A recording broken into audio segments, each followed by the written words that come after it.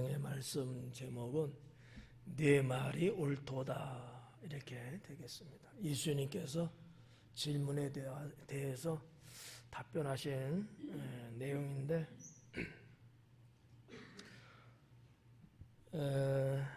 1절서부터 시작하겠습니다. 무리가 다 일어나 예수님을 빌라도에게 끌고 갔다라고 기록합니다. 22장을 이제 마무리 졌고요. 또 상황이 좀 다르게 전개가 되고 있는데 이제 실제적으로 이제 법적인 신문 또 죄인으로 취급하는 이런 것들을 23장서부터 볼 수 있습니다.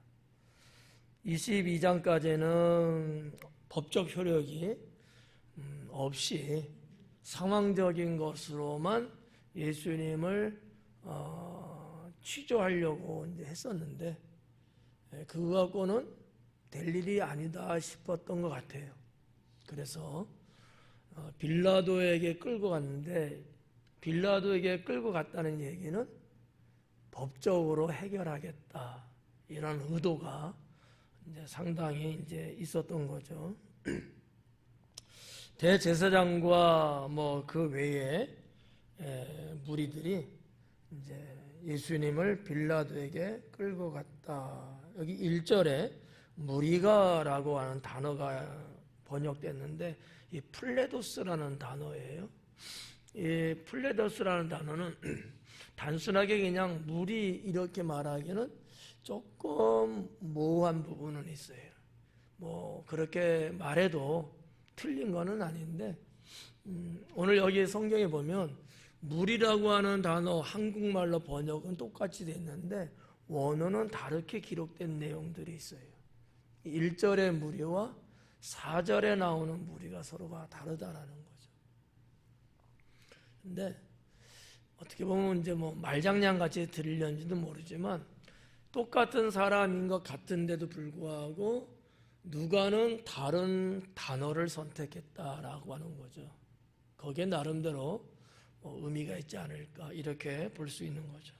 이 플레도스라는 단어는 그저 그냥 뭐라고 할까 조금 어떤 특정한 무리 뭔가 제목이 있는 사람들 이런 사람을 대체적으로 표현할 때 플레도스라는 단어를 고대 사회에서는 이제 썼다 이렇게 볼 수 있고요.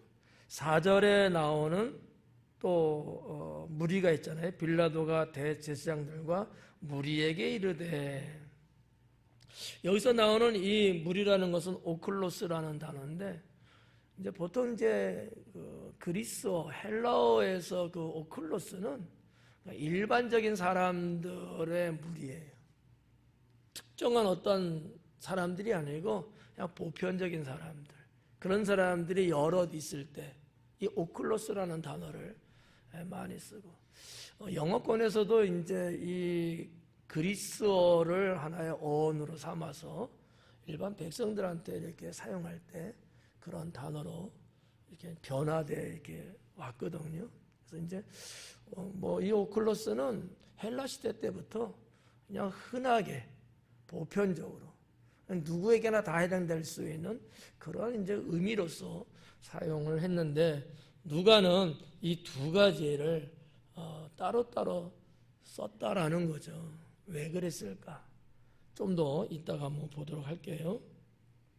자, 아무튼 이 지금 1절에 나오는 이 플레도스라는 이 무리는 특정인들의 무리라고 말씀드렸죠. 그러니까 대제사장과 예를 들어서 뭐 서기관 등등의 그들로만 구성되어 있는 어떤 무리들 이런 어떤 색깔이 좀 있는 거를 누가는 아마 단어를 선택하지 않았을까 이렇게 이제 볼 수 있고요. 그들이 이제 예수님을 빌라도에게 끌고 가서 2절에 보니까 고발하여 이르되 그래요. 고발했다라고 하는 단어가 이제 직접 언급되고 있죠.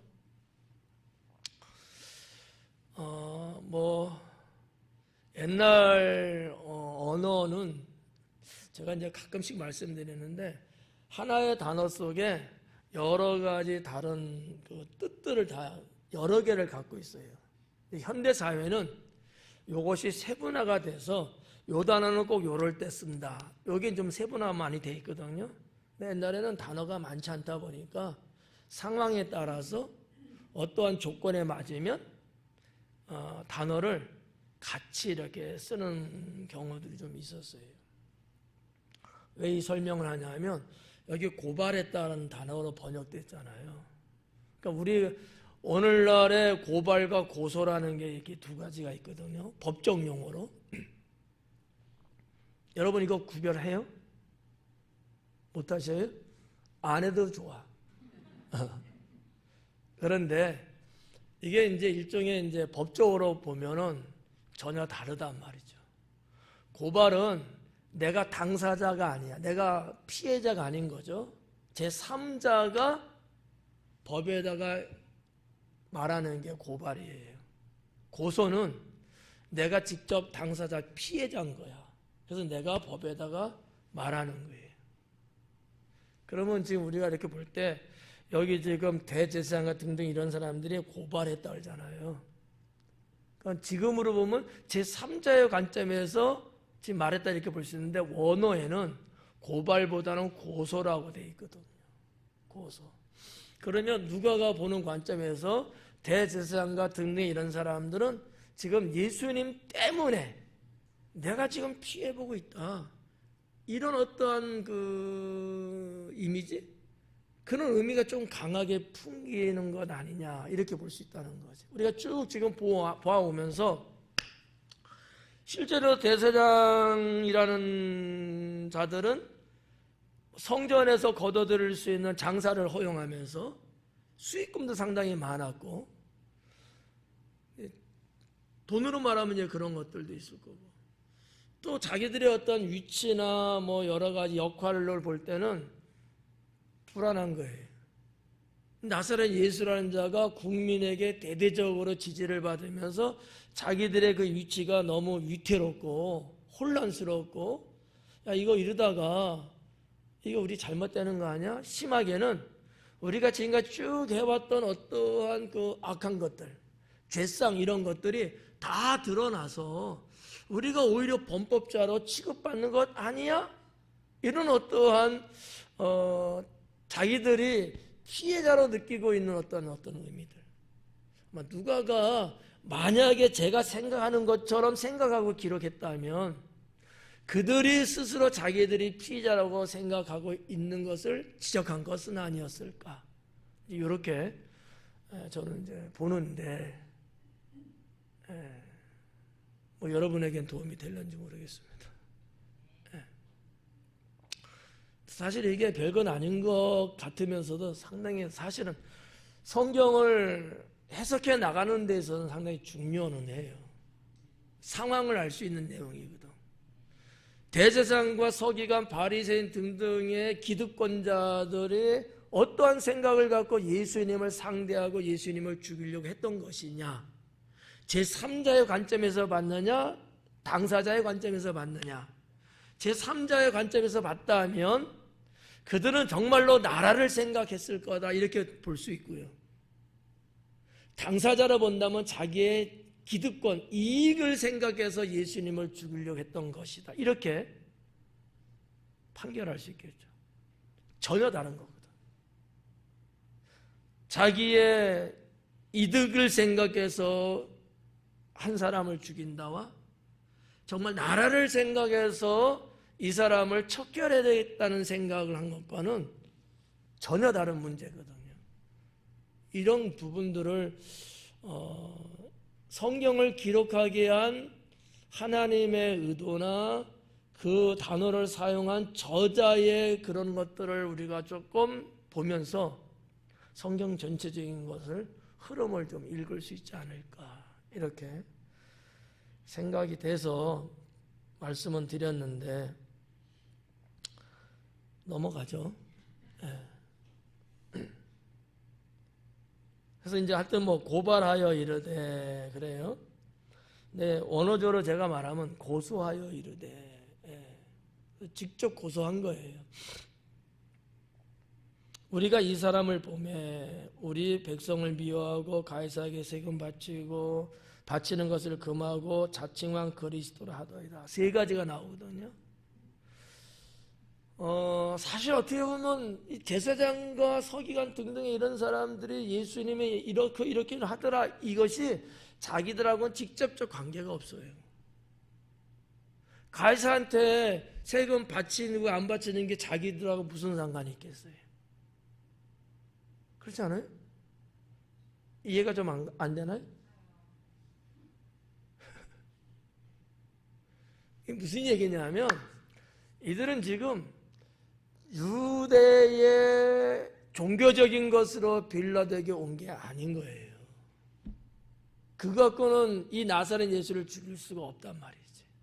그러니까 나사렛 예수를 정말 우리가 원하는 바로 죽이려고 하면 정치적으로 몰고 가서 이 나사렛 예수는 가장 심하게는 로마 황제에게 적대를 갖고 있는 사람이다.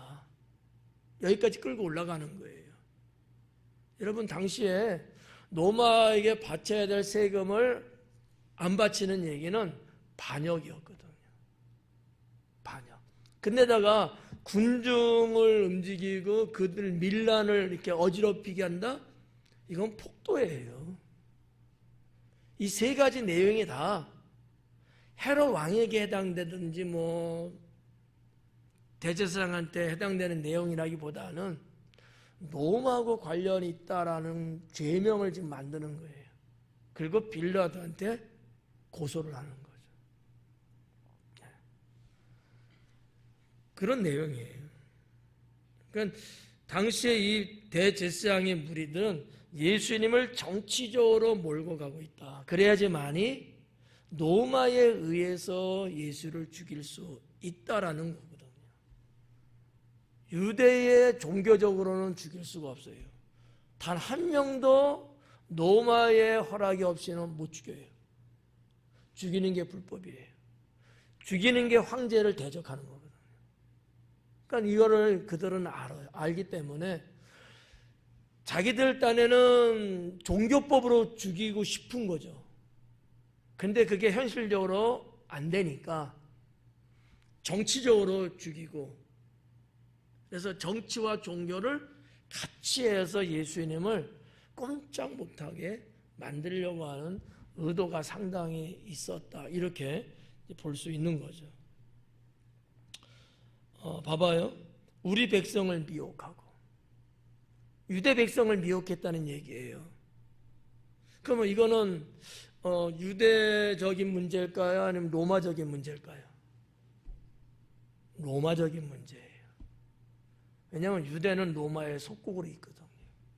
그래서 지금 빌라도가 그 전체를 다 다스리기 위해서 총독으로 와 있거든요. 정치적이에요, 상당히. 얼핏 볼 때는 유대 백성들을 미혹해? 자기네들 문제 아니야.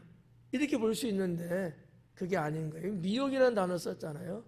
이건 이단자들이, 당시의 이단자들, 거짓 교사들이 써먹었던 것들이에요. 유혹하는 거는. 그러니까 제사장은 이런 말로 이렇게 하고 이것을 이렇게 번역은 했지만 실상은 더 깊이 들어가면 유대의 문제가 아니고 로마의 문제예요. 백성들을 유혹해갖고 백성들을 꼬셔갖고 백성들을 선동질해갖고 결국 뭐 하자는 얘기예요? 유대의 독립을 이루려고 하고 있다. 이런 얘기거든요. 그러니까 로마에서 볼 때는 폭거를 하겠다는 거, 이거는 당장 사형이죠.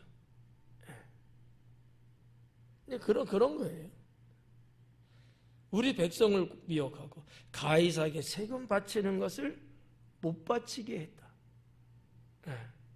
또 자칭왕 그리스도라 하더이다. 자칭왕 그리스도. 왕이라고 했거든요. 왕은 황제밖에 없어요. 그리고 헤롯 왕이 나오잖아요. 헤롯은 분봉왕이에요. 로마에 의해서 꼭두각시처럼 움직이고 해야만 하는 그 정도 그냥 세워놓은 우리나라 말은 바지 사장 같은 거거든. 봉급이나 받아먹고 그냥 자기 좀 할 정도 어느 정도만 하면 되는 그런 정도거든요. 그러니까 이 세 가지 내용이 다 노마와 관련되어 있는 거라고 볼 수 있는 거죠. 그거를 빌라도한테 이제 고소를 이제 하는 거죠. 사실상 자기들하고는 아무 상관없잖아요. 고소니까. 예. 근데 이렇게 단어가 옛날에는 고발이든 고소든 뭐든지 그냥 다 통용해서 이렇게 많이 사용했기 때문에, 근데 지금으로 보면 이렇게 나눠서 볼 수 있다는 얘기죠. 지금으로 보면. 근데 이제 빌라도가 이런 얘기를 듣고 예수님께 물어 이르되 네가 유대인의 왕이냐? 물어요. 자칭 왕 그리스도라 하더이다 하니까 너가 정말 유대인의 왕이냐? 그게 맞냐? 라고 묻는 거예요. 확인하는 거죠. 이 고대 사회에도 말이죠. 법으로 다스릴 때는 항상 보면 모든 나라가 그런 건 아니었지만은 좀 더 뭐라고 해야 되나, 민주화의 성격을 좀 띠고 있는 국가들.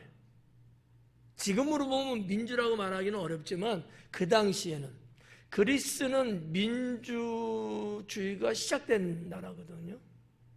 그리고 그 이전 헬라 시대 때도 상당히 법으로서 모든 것을 다스려 나가는 법치주의 국가였단 말이에요. 대한민국이 자유민주주의 국가죠. 근데 이것만 말 안 하죠. 법치 국가거든요. 모든 기준을 법으로 정한 대로 이렇게 처리해 나가는 게 법치 국가거든요. 이 옛날에도 그랬다는 거예요. 그래서 꼭 뭐가 필요했을까? 증거가 필요했어요. 꼭 되물었던 이유가 그 사람 본인의 입에서 나오는 말을 하나의 증거로, 그래서 성경 구약에도 보면 하나님 뭐라 그래? 증인 두세 사람을 세워라, 이런 거거든요. 그러면 그때 성경에 기록된 연도가 약 3,500년 전 얘기예요. 엄청나잖아요. 그럼 지금 그러면 거의 5,000년 넘는 이전의 시대인데 그때도 그랬다라는 거예요. 아주 고대 사회. 뭐 세계사든지 성경 역사든지 쭉 거슬러서 올라가면 아브라함이 살았다고 하는 갈대아 우르, 메소포타미아 그 지역, 이 갈대아 우르는요 도시 국가로서는 세계 최초의 나라예요. 우르라는 데가. 근데 그 옛날에도 이렇게 법을 제정하고 갔다는 거지. 여러분 뭐 공부할 때 기억난다면 뭐가 있을까? 함무라의 법전이라든지 뭐 이런 것들이 있잖아요. 기억 안 나도 좋아요. 수천 년 전에도 이미 법이 만들어져서 법에 의해서 국민들을 이끌어 갔다는 얘기가 만천하에 다 나와 있잖아요. 뭐 서령 문자든 상형 문자든 이게 벌써 3, 4천 전의 얘기들이거든. 서령과 상형이라는 것은. 그러니까 이런 것들이 보면서 빌라도가 왜 물어봤을까? 총독이니까 당연히 증거가 있어야 되고 법으로 해야 되니까 그런 자료를 수집하는 차원에서도 아마 물어봤을 거다. 이렇게 이제 볼 수 있는 거죠. 그랬더만 예수님은 네 말이 옳도다. 내가 왕이다 이게 아니에요. 내가 왕이냐는 거 사실은 그리스도는 빌라도에게 그렇게 중요하지는 사실은 않죠. 왕은 상당히 심각한 문제예요. 왕은 우리 황제밖에 없다고 이렇게 보거든요. 근데 이제 사실은 이 대제사장과 이자들이 이 왕은 유대 왕이라는 의미로서 이야기를 아마 했을 거예요. 그러니까 빌라도도 조금 헷갈렸을 거예요. 놈의 황제라고 하기는 아니고 유대의 왕이라고 한 것 같기는 하고 이게 조금 아마 헷갈렸을 거예요. 들으면서. 그래서 이제 물어본 거예요. 네가 유대인의 왕이냐? 자칭 왕 그리스도라고 하더이다 하니까 여기를 네가 유대인의 왕이냐? 네가 그러면 로마의 왕이라고 하는 거냐? 유대의 왕이라고 하는 거냐? 이거를 확실하게 찝는 거예요 지금. 유대인의 왕이라고 하냐? 그러니까 내가 말했다. 맞다 이거예요. 그러면 빗나갔죠. 대제사장과 이자들은 지금 예수님을 로마 정치적으로 몰고 가서 어떻게 해보려고 했는데 빌라도의 질문 속에 유대인의 왕이라고 딱 그랬거든. 이거는 로마는 상관없어요. 왕을 세우거든 자기네가. 이건 너희들의 일이라는 거지. 빌라도가 볼 때는 이건 나하고는 상관없는 거야. 이건 너희들의 일이야. 이거는 이렇게 판결을 내리는 거예요. 그래서 헤롯에게 이제 보내게 되겠죠. 그 내용이에요. 그러니까 빌라도가 볼 때는 에이 별거 아니네 이렇게 받겠죠. 왜? 정치적인 왕이 아니기 때문에, 정치적인 문제가 아니니까 이건 유대민족 너희들의 얘기 아니냐 이렇게 이제 본 거죠. 그러니까 빌라도는 여기까지 별거 아니라고 생각했을 거예요. 그래서 뭐라 그래? 4절에 빌라도가 대제사장과 무리에게 이르되 내가 보니 이 사람에게 죄가 없다. 죄가 3가지나 엄청나게 있는 것 같이 이렇게 고소하고 들어왔는데 불구하고 빌라도는 죄가 없다는 거예요. 우리 로마하고는 아무 상관없는 얘기야. 그러니까 죄가 없다고 판결을 내리는 거예요 그냥. 그래서 여기 지금 있는 이 4절의 대제사장과 무리, 5절에도 무리가 더 강하게 말하되 이런 부분들이 아까 말씀드린 것처럼 오클로스라는 이 단어를 사용하면서 거기에는 그러면 원래 대제사장과 같이 왔던 한 무리만 있었던 건 아니고 다른 사람들도 일반 사람들도 같이 섞여 있는 장소였기 때문에 빌라도 앞에서는 오클로스라는 단어를 썼다 이렇게 볼 수 있다는 거죠. 그러니까 모여있는 사람들은 숫자는 알 수 없지만 이런저런 사람들이 같이 섞여 있는 장소, 특히나 빌라도에게는 유대 병정이 있을까요? 로마 병정이 있겠죠. 빌라도한테는 유대 병정이 없어요. 자체적으로 지키기 때문에 로마 병정들이 있거든요. 그들은 오클로스예요.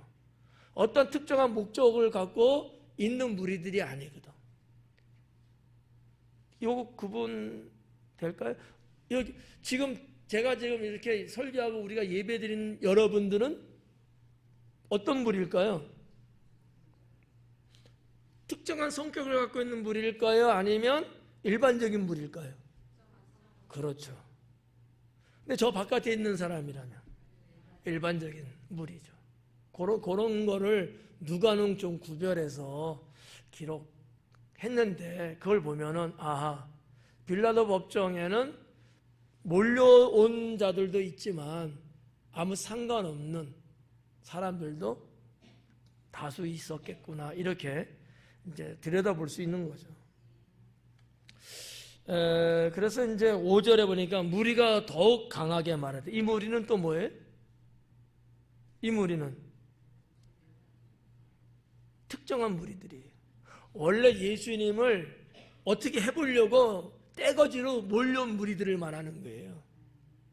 그렇잖아요. 아니, 로마의 군사들이 안 됩니다, 죽여야 합니다 이런 말을 할까요? 아무 상관없어요 그들은. 네. 이제 무리가 더 강하게 말하되 그가 온 유대에서 가르치고 갈릴리에서부터 시작하여 여기까지 와서 백성을 소동하게 하나이다. 계속 정치적으로 지금 몰고 가는 거예요. 백성을 소동시켜서 밀란을 일으켜갖고 로마가 유대 지역을 통치하는데 힘들게 하고, 이것이 심하게 되면 어떻게 될까요? 나라를 전복시킬 수 있게 됩니다. 근데 이제 빌라도 이전의 총독이나 마찬가지예요. 왜냐하면 유대 지역에서 독립을 원해서 무역 투쟁하는 유대인들이 많이 있거든요. 그러면 로마에서는 심각하죠.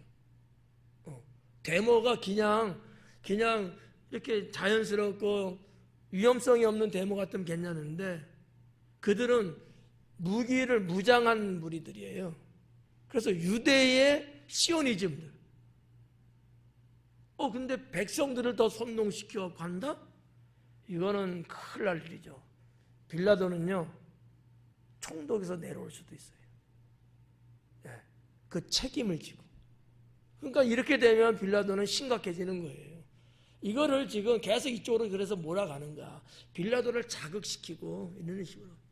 뭐 나중 얘기지만 결국 빌라도에 의해서 결국 예수님은 죄인으로 죽는 거 아니겠어요? 그런 어떤 이게 비하인드 스토리 같은 이 보이지 않는 성경에서는 알 수 없는 그런 어떤 속에 있는 이야기들을 성경을 통해서 볼 수 있다는 거죠. 그래서 이제 여기 뭐 백성을 소동하게 하나이다. 소동이라는 단어를 번역했는데 이게 이제 원어적으로 보면 흔들다라는 동사거든요. 흔들다. 아니면 선동하다. 좀 자극적인 말이죠. 그거를 지금 우리 성경학자들은 좀 부드러운 단어로 소동이라는 단어로 번역을 해냈어요. 6절에 빌라도가 듣고 그가 갈릴리 사람이냐 물어. 그래. 빌라도가 듣고 그가 갈릴리 사람, 예수님이 갈릴리 사람이냐고 물은 거예요. 이게 지금 끝나지 않을 것 같은 거야. 근데 빌라도는 사실은 이거 처리하고 싶지가 않은 거예요. 찜찜한 거야. 전승에 의하면 빌라도의 부인은 크리스찬입니다. 여러분들도 알다시피 마지막 재판 내리고 막 그럴 때 부인이 당신은 관여하지 말라 그러거든요. 내가 꿈을 꿨는데 하나님의 지시가 있는 게 꿈속에서 부인은 그걸 안 거야. 남편한테 말하니까 결국 빌라도는 어떻게 해요? 판결을 내지만 대화를 가져와라. 자기 물에다 자기 손을 씻어요. 이 얘기는 나와는 상관없다. 이 죄는 다 너희가 져라. 이거거든요. 그러니까 부인의 그런 어떤 신앙의 영향을 받고 또 정치산으로 볼 때도 이건 아닌데 근데 저들이 하도 그러다니까 안 할 수는 또 없고 하자니 찜찜하고 그러니까 나는 상관없다. 나는 죄가 없다. 라고 이게 어떻게 보면 비겁하게 보일 수는 있지만 빌라도의 관점에서는 그게 최선의 방법이었던 거죠. 그래서 이제 빌라도가 듣고 그 갈릴리 사람이냐 물어. 그랬더만 7절에 헤롯의 관할에 속한 줄을 알고 헤롯에게 보내니 그때 헤롯이 예루살렘에 있더라. 그래요.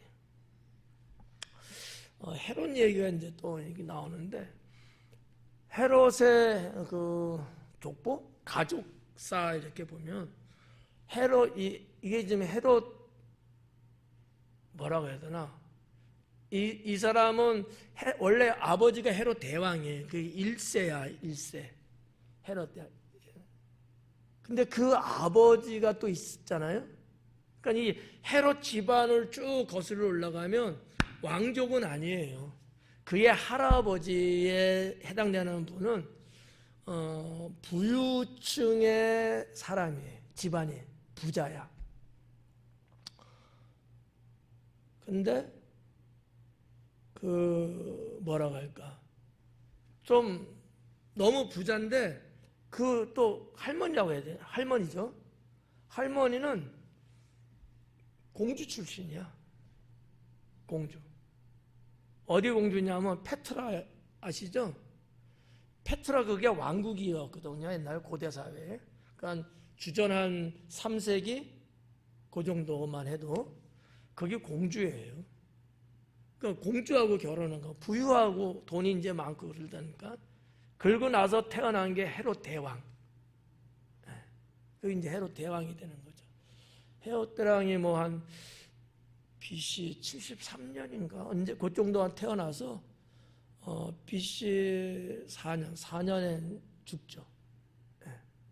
그때부터는 예수님의 스토리가 이제 쭉 나오는 연도예요. 그러니까 여기 나오는 이 헤롯은 그 헤롯 대왕의 아들, 둘째 아들이에요. 근데 이제 헤롯 대왕이 죽으면서 자기 아들 셋인데 뭐 이복 이렇게 서자의 자식은 더 많지만 세 명에게 이 이스라엘이라는 그 나라를 이렇게 나눠줘요. 셋한테 유산을 남기는 거야. 그래서 분봉왕인 거예요, 이제. 근데 이 둘째는 첫째는 유다와 사마리아 그쪽을 다 넘겨줬고, 요 둘째 안티파스는 갈릴리 지역하고 베레아 지역을 나눠줘요. 그 셋째는 또 그 밑에 자락 또 이렇게 또 나눠주고. 그래서 이제 전 지역을 셋으로 나눠서 주는데 이건 지금 둘째예요. 헤롯이. 여러분 성경에 보면 또 헤롯 안디바 이런 단어도 나오거든요. 그 안디바가 헬라어로 안티파스예요. 똑같은 사람인데 한국말로 말했느냐 그리스어로 말했느냐에 따라서 약간 단어가 좀 다른 건데 똑같은 사람이거든요. 그래서 지금 빌라도가 그걸 아니까 갈릴리 사람? 그러면 누가 다스리는 지역이에요? 헤롯 안디바가 다스리는 지역이거든. 근데 마침 그자가 예루살렘에 와 있었어요. 내가 다스리는 나라는 여기지만 왔다 갔다 이건 다 하니까 다 형제간이고 그 얘기를 지금 하는 거예요. 헤롯의 가날에 속한 줄 알고 헤롯에게 보내니 그때에 헤롯이 예루살렘에 있더라. 이 헤롯은 그 아버지가 이제 4년에 죽잖아요. 대를 바로 이어서 AD 39년까지 다스리고 죽죠. 물론 이 아들도 BC 20년에 출생해요. 20년에 출생했는데 4년이에요. 그럼 몇 살 때 물려받는 거야? 16, 17살 때. 그러니까 BC 20년에 출생해서 AD 39년까지 살아요. 그러면 약 59년, 한 60살까지 거의 산 거죠. 그리고 이제 물려받고 그 자식이 또 이렇게 대를 이어서 이런 식으로 이제 넘어가는데, 자, 아무튼 여기서 말하는 헤롯, 그래서 이 잘 모르면은 그 헤롯이 그 헤롯이고 그 바로가 그 바로고 막 헷갈려요. 요런 이제 좀 연대기적인 걸 조금 알면 이거는 선왕이고 이건 아들왕이고 구분이 좀 이렇게 가겠죠. 여기서 지금 계속 말하는 것, 예수님 출생할 때까지는 그 헤롯 대왕 1세야 1세. 그걸 말하고 그 죽자 다시 돌아오잖아. 피난 갔다가 그때가 이제 아들들이 물려받은 거야. 그래서 예수님 사역하고 지금 돌아가시 전까지는 계속 이 헤롯 안디바가 다스렸던 시대였던 거죠. 오래 다스렸어요. 4년부터 39년 죽을 때까지 갔으니까 오래 다스렸죠. 그런 내용 좀 역사적인 것 좀 섞어서 보면 되고요. 8절에 보니까 헤롯이 예수님을 보고 매우 기뻐하니 이는 그의 소문을 들었으므로 보고자 한 지 오래였고 또한 무엇이나 이적 행하심을 볼까 바라던 연고로라 그래요. 그러니까 어떻게 보면 헤롯은 비록 왕이지만 했을까? 워낙 인기가 좋고 막 이적도 행하고 귀신도 쫓았다, 각색 질병도 했다, 죽은 자도 살렸다 이런 소문이 계속 들어오고 알고 있으니까 그런 어떤 첩보가 있잖아요. 야, 어떤 사람인데 이게 너무 이제 궁금한 거예요. 사실은 그럴 수 있죠. 사실은 이 조상 아까도 얘기했습니다만 그의 할아버지는 말이죠, 원래 유대인은 아니에요. 혈통으로 올라가면 에돔 사람이거든요. 에돔 사람은 조상이 누굴까? 에서가 에돔이라 불러요. 불따서 에돔이거든요. 그러니까 어떻게 보면 아브람, 이삭, 에서, 야곱 이렇게 내려오잖아. 그 형제간의 문제잖아요. 거기까지 올라가지만 쭉 세월이 오면서 이 에돔은 다 이방인이에요. 야곱의 후손으로 가지 않는 전부 다 이방인이거든. 에돔 사람이에요. 에돔은 유다 밑에 지역을 있거든. 거기 에돔. 그 사람하고 이렇게 가면은 이제 페트라가 있거든요. 요단강 사해바다 건너 그걸로 건너먹으면 거기서 이제 서로가 중매해갖고 결혼을 했는지 연애를 했는지 이렇게 하여튼 이루었던 건데, 자, 아무튼 이런 거예요. 헤롯이 상당히 궁금했던 것 같아요. 그러니까 누가가 그런 부분 잘했으면은 완전히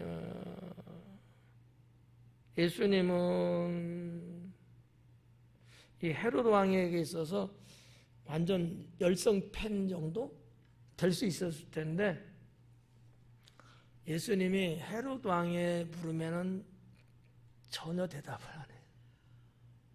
그래갖고 승질이 난 거야. 근데 빌라도는 물어볼 땐 대답했잖아요. 유대인이 왕이냐. 예수님도 그거를 구분하셨던 것 같아. 법적인 문제 이런 거. 그러니까 거기는 내가 말하는 게 맞다. 유대인의 왕이다라는 말을 해야지. 내가 로마의 왕 이러면 큰일 나잖아요. 그러니까 대답을 한 건데, 이 헤롯이 물어보는 거는 하찮은 질문만 하는 거야. 노래는 어떤 곡을 불렀어요? 이런 거 같은 거. 그러니까 예수님이 이게 가짜는 질문이잖아. 믿음도 없는 질문하고, 쓸데없는 질문이라고, 자기 어떤 거 궁금한 거 그러니까 예수님이 거기에 답변할 이유가 전혀 없었겠죠. 그래서 제가 볼 때는 그래. 여기 구절에도 보니까 여러 말로 물으나 아무 말도 대답하지 아니하시니. 그러니까 헤롯 왕의 질문은 좀 신실하지 않았던 것 같아요. 대답의 가치가 없었던 거죠. 마치 개인사적인 이런 거 그런 거였을 것 같아요. 아마 대답을 이제 안 하신 거죠. 대제사장 10절에 대제사장들과 서기관들이 서서 힘써 고발하더라. 그러니까 자꾸 이제 찌르는 거예요. 그랬더니 11절에 헤롯이 그 군인들과 함께 예수를 업신여기며 희롱하고 빛난 옷을 입혔다 그래요. 그리고 다시 빌라도에게 보낸 거죠. 여기 이제 업신여겼다. 이게 이제 좀 쉽게 알면은 깔봤다, 약잡아봤다 이런 뜻이거든요, 원어적으로.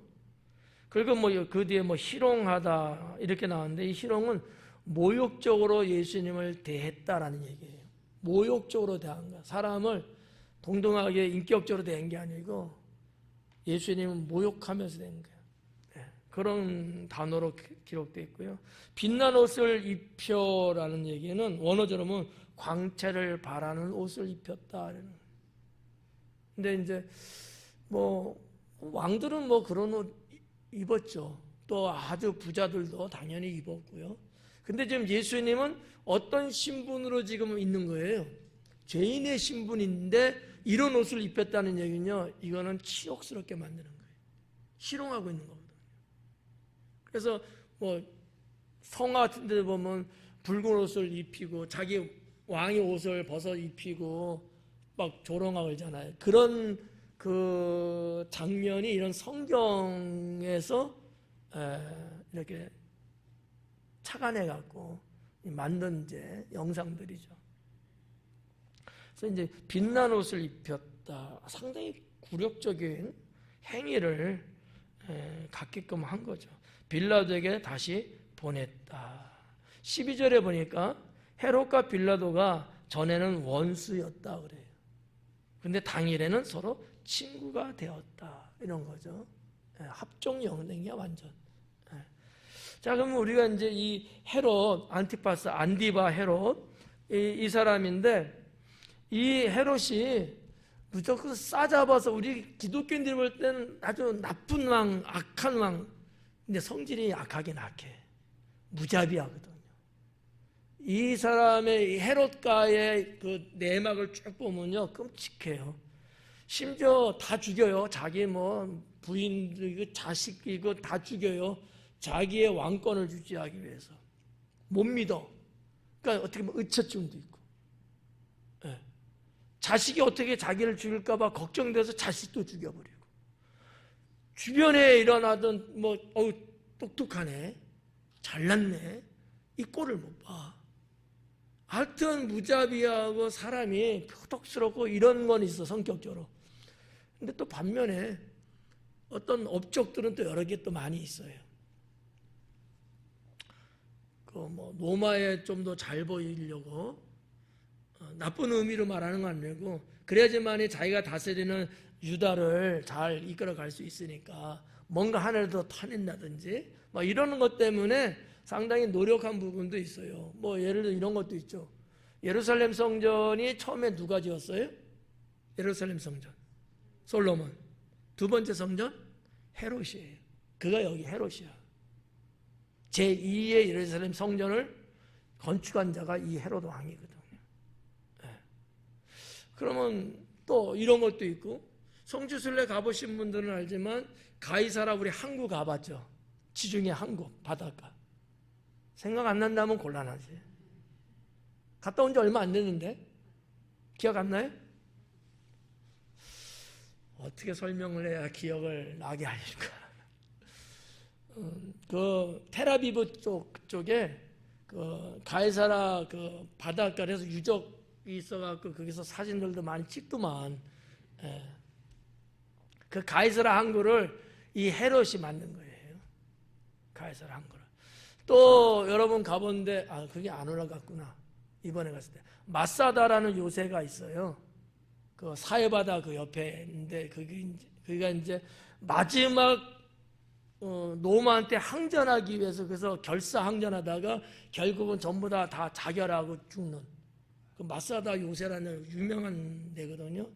이게 유대 지역 이스라엘을 지키기 위해서 만든 요새예요. 그거를 이 헤롯이 한 거거든요. 또 뭐 헤로둠이라고 하는 또 그런 또 도성도 헤로둠은 여러분 잘 모를 거예요. 성경에도 안 나오나 하여튼 그게 뭐 어디냐면 그냥 들어요. 그냥 예루살렘 있고 밑으로 쭉 내려오면 베들레헴이 있거든요. 베들레헴에서 좀 더 쭉 내려오면은 멀지 않은 거리 한 글쎄 몇 킬로나 될까? 그 가까운 거에 그 헤로둠이라는 도성이 있어요. 그게 해발이 한 750m 정도 되는데 거기도 이렇게 이 헤롯이 구성을 한 거예요. 그러니까 어떻게 보면은 자국을 위해서 나름대로 이것저것 이렇게 많이 한 업적도 있어요. 있는데 뭐 성경은 그 사람의 업적에 대해서 기록한 책이 아니다 보니까 또 우리 기독교인들은 그 사람에서 긍정적인 모습보다는 부정적인 모습이 이제 강하니까 나쁜 거, 죄짓고 이런 것들만 기억을 하죠. 그래서 하여튼 이 헤롯의 그 일대기를 쭉 이렇게 보면은 그런 사람이구나. 나름대로 노력은 했겠지만 객관적으로 볼 때는 사람이 악했고 자기를 위해서는 누구든지 죽일 수 있는 사람. 이게 일반적인 사람 정신 갖고는 어렵잖아요. 자기 가족을 자기 손을 죽인단 말이지. 이게 쉬워요? 이건 어려운 거거든. 근데 그걸 서슴지 않게 하는 사람이거든요. 그러니 백성 죽이는 거 아무것도 아니죠. 그런 사람. 양면성이 이제 좀 있다고 볼 수 있겠죠. 자, 하여튼 뭐 그렇게 좀 보면서 이 헤롯이 이 헤롯의 아버지, 그 아버지죠. 아버지가 아까 이야기다 이제 제가 방향을 좀 틀었는데 원래 할아버지는 에돔 사람이 쭉 갔는데 한 주전 한 3세기쯤인가 그 정도에 그 이스라엘 역사를 쭉 보면 고대 이스라엘 시대 때 그 패전을 해요. 에돔이 멸망을 합니다. 그래서 그걸 싹 눈치를 봐갖고 유대교로 전향을 합니다. 네. 그래갖고 거기서 이제 헤롯도 이제 출생을 이제 하는 것 아니겠어요? 그러니까 이제 유대인들은 싫어해요, 헤롯을. 왜? 이 정통 유대인이 아니거든. 근데 하는 꼴 보니까 맨 그런 척하고 자꾸 해. 그러니까 싫어. 네. 그러니까 유대인 내면에는 헤롯은 싫은 사람이에요. 이방인이야, 이방인. 유대교로 전향은 했지만 여전히 그 피는 이방인이었던 거예요. 근데다가 여기 마지막 부분에 빌라도와 원수였으나 이러잖아요. 이거는 이제 정치적인 거로 완력 문제예요. 그래도 내가 다스리는 역인데 자꾸 나는 빌라도의 허가를 받아야 돼. 위중한 문제 이런 것들은. 그리고 빌라도가 가만 놔두고 싶지가 않은 거죠. 자꾸 좀 억압하고 헤로드 입장에서는 싫고 계속 세금 바쳐야 되고 그래서 나중에 이스라엘 역사를 쭉 보면 바치기 싫어서 안 바치다가 결국 뒤통수 맞는 경우들도 저번에 이사야서 강의할 때 제가 살짝 말씀드렸죠. 우시야 왕 때부터 쭉 이렇게 해갖고 이런 어떤 역사들이 있어요. 있다 보니까 빌라도가 헤롯이 잘해주면 자기한테도 황제한테 잘 보이게 되거든요. 그런데 이게 그렇지 않고 자기네 나라 내정도 지금 제대로 지금 못 다스리고 지금 계속 지금 데모하고 막 그냥 시끄러우니까 이거 그냥 별것도 아닌 거야. 들리는 소문에만 누구도 죽였다 누구도 죽였다 그런 소리만 자꾸 들려오니까 빌라도 입장에서는 이게 썩 좋지가 않은 거죠. 그래서 서로 사이가 안 좋았어요. 그러니까 헤롯은 샌드위치인 거지. 유대 백성들에게도 그런 사람, 빌라도에게도 그런 사람. 그래서 나름대로 아까도 업종이 얘기했습니다. 헤롯이 이런 자기의 그 궁지에서 빠져나오려고 엄청나게 노력은 해요. 근데 결국은 성공은 못하죠. 유대인들의 그 선민 사상이라든지 어떤 혈육사 이런 거는요 엄청나게 강하거든요. 그러다 보니까 나름대로 노력은 하는데 그게 이제 오히려 이제 밉보이게 되고 뭐 이런 뭐 성경에는 없는 그냥 이스라엘 역사 속에나 남아 있는 그런 것들을 좀 볼 수 있는데 그게 이제 이 12절에 나온 기록된 그거예요. 헤롯과 빌라도가 전에는 원수였다. 전에라는 얘기는 예수님 요 사건 그 앞에까지를 말하는 겁니다. 그런데 예수님 요 사건에는 친구처럼 서로가 공동의 목적이 생긴 거죠. 저는 이제 이런 걸 보면서 이들의 배경에는 누가 있었을까? 사탄이 있지 않느냐는 거죠. 빌라도도 그렇고 헤롯도 그렇고 다 예수님을 악하게 죽이려고 하는 이 사탄의 하수인의 역할을 한 것이 아니겠느냐 이렇게 보면서 오늘 강의는 마치도록 하겠습니다. 기도합니다.